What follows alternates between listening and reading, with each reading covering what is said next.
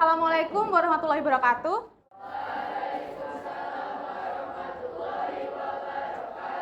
Bagaimana kabarnya hari ini? Kalian sehat? Nah, sebelum kita memulai pembelajaran pada hari ini, alangkah baiknya kita berdoa terlebih dahulu. Untuk ketua kelas dipersilahkan untuk memimpin doa.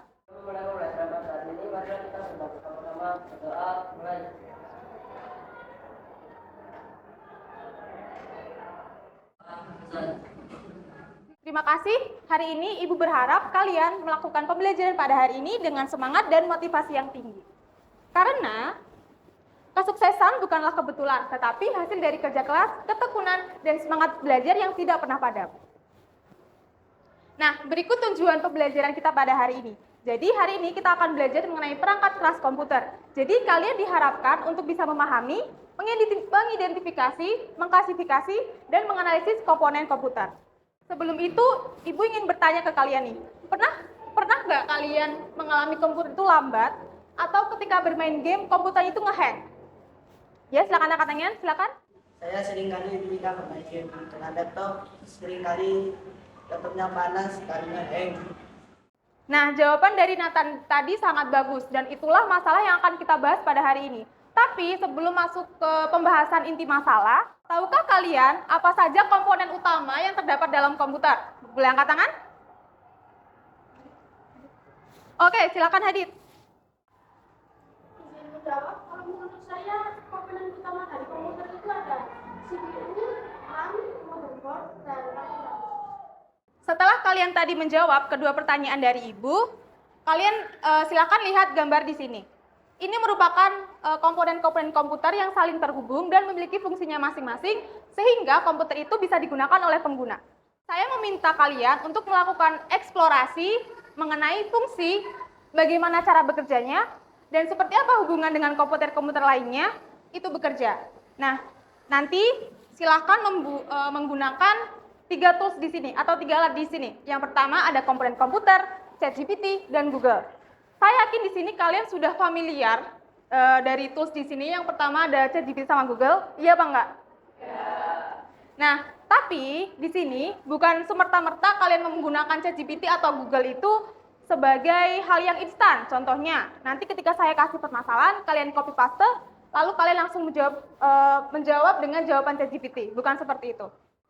Tapi kalian diminta untuk mencari informasi mengenai fungsi dari komponen komputer ini, dan kalian akan mengklasifikasikannya ke dalam beberapa jenis komponen komputer. Paham?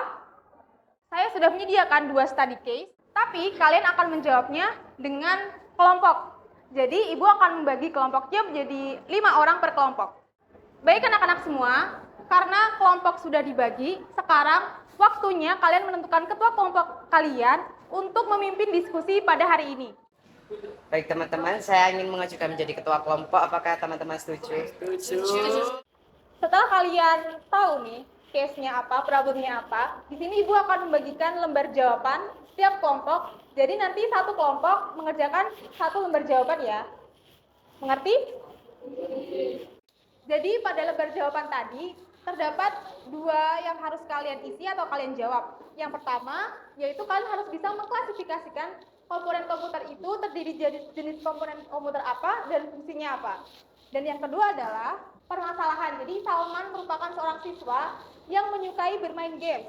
Ia berencana untuk merakit komputer dia sendiri supaya bisa bermain game tanpa hambatan. Games yang disukai ini memerlukan spesifikasi yang tinggi. Di komputer lainnya, games yang Salman sering mainkan itu lag dan gambarnya muncul kurang jernih. Nah, di sini kalian diminta untuk mengidentifikasi spesifikasi komputer apa yang harus Salman tingkatkan supaya dia bisa bermain games dengan leluasa. Ada yang ditanyakan? Gimana proses eksplorasinya? Kalian dapat jawaban nggak tentang ini? Gimana? Boleh berdiri? Apa yang ingin kamu tanya? Baik, teman-teman perhatikan semuanya ya. Ada pertanyaan bagus dari teman kalian, yaitu namanya Dera. Apakah ChatGPT itu bisa kita anggap benar jawabannya? Saya akan menjawab bahwa jawaban dari ChatGPT itu tergantung 2 hal, bisa benar, bisa salah. Tapi kalian tidak harus mempercayai ChatGPT 100%. Artinya, kalian tidak boleh menganggap ChatGPT itu sebagai aplikasi instan yang bisa membantu kalian dalam menemukan jawaban. Jadi, kalian harus memvalidasi informasi yang ada di ChatGPT dan kalian harus tetap berpikir kritis bagaimana jawaban ChatGPT itu benar atau salah. Caranya gimana? Kalian bisa melakukan validasi jawaban dari ChatGPT itu dari aplikasi komputer atau dari Google. Lalu kalian satukan yang benar yang mana gitu. Kalau misal ada yang belum bisa kalian temukan jawabannya, kalian bisa bertanya kepada ibu. Mengerti? Saya mau bertanya, Ya. bagaimana caranya tahu komponen ini termasuk jenis komponen apa? Oke, teman-teman perhatikan semuanya ya. Ada pertanyaan bagus dari teman kalian. Bagaimana kita bisa mengidentifikasi komponen komputer ini termasuk jenis komponen komputer apa? Jadi yang pertama kalian lakukan adalah kalian mencari informasi terlebih dahulu apa pengertian dari jenis komponen komputer. Apa itu input, apa itu output, apa itu proses, dan apa itu penyimpanan. Nah, fase diskusi kelompok kan udah selesai. Sekarang waktunya menyusun solusi. Jadi kalian diminta untuk menulis di kertasnya. Setelah kalian melakukan eksplorasi, lalu berdiskusi dengan kelompok dan menyusun solusi, kegiatan selanjutnya adalah kalian mempresentasikan jawaban kalian di depan kelas. Nah, di sini kelompok siapa yang akan mempresentasikan terlebih dahulu? Oke, dari kelompok 4 silakan maju ke depan. Nah, langsung saja kalian bisa mempresentasikan hasil diskusi kelompok kalian. Teman-temannya, sekarang kelompok dari kelompok 4 akan mempresentasikan tentang komponen komputer.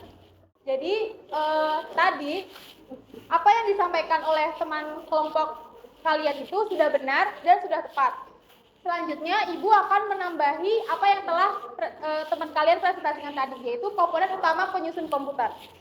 Yang pertama di sini ada CPU. Nah, CPU ini merupakan salah satu komponen komputer yang berfungsi melakukan pemrosesan data, mengatur operasi keseluruhan sistem komputer. Jadi tadi kan kalian sudah melaksanakan diskusi kelompok dari pengumpulan data, lalu diskusi, menyusun solusi, dan mempresentasikan hasil kelompok kalian.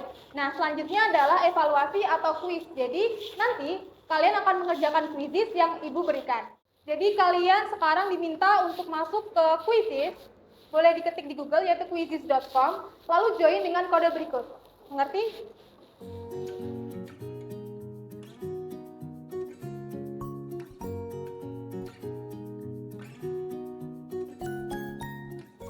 Jadi karena kalian telah melaksanakan kuis dengan baik dan benar, Ibu mau mengucapkan terima kasih dan applause buat kalian semuanya. Jadi buat kalian yang nilainya menyentuh KKM atau di atas KKM, Ibu ucapkan selamat dan teruslah belajar, jangan cepat puas. Tapi buat kalian yang nilainya masih di bawah KKM, jangan berkecil hati dan teruslah belajar. Nanti setelah ini, buat yang nilainya di bawah KKM, kalian bisa mengerjakan tugas yang telah Ibu sediakan di Google Classroom. Sedangkan buat yang sudah memenuhi KKM, kalian silakan melakukan pengayaan atau video nanti Ibu sediakan di Google Classroom. Mengerti? Nah, hari ini kita telah melaksanakan pembelajaran dan kalian sudah bisa memahami, mengklasifikasi, lalu mengidentifikasi dan menganalisis komponen komputer. Jadi, Ibu ingin bertanya, apa yang telah kalian pelajari hari ini dan apa yang buat kalian berkesan untuk pelajaran hari ini? Oke, silakan berdiri. Hari ini saya belajar banyak tentang komponen komputer dari berbagai sumber, seperti aplikasi Google, obrolan dengan GPT, aplikasi komponen 3D, dan juga melalui diskusi. Saya jadi lebih memahami peran masing-masing komponen dalam menjalankan suatu sistem komputer. Jadi kita hari ini sudah banyak belajar tentang perangkat keras komputer. Dan minggu depan kita akan belajar mengenai perangkat lunak komputer atau software yang membuat komputer itu bisa dijalankan dan digunakan. Lalu untuk menutup kegiatan belajar pada hari ini, dimohon untuk ketua kelas memimpin doa.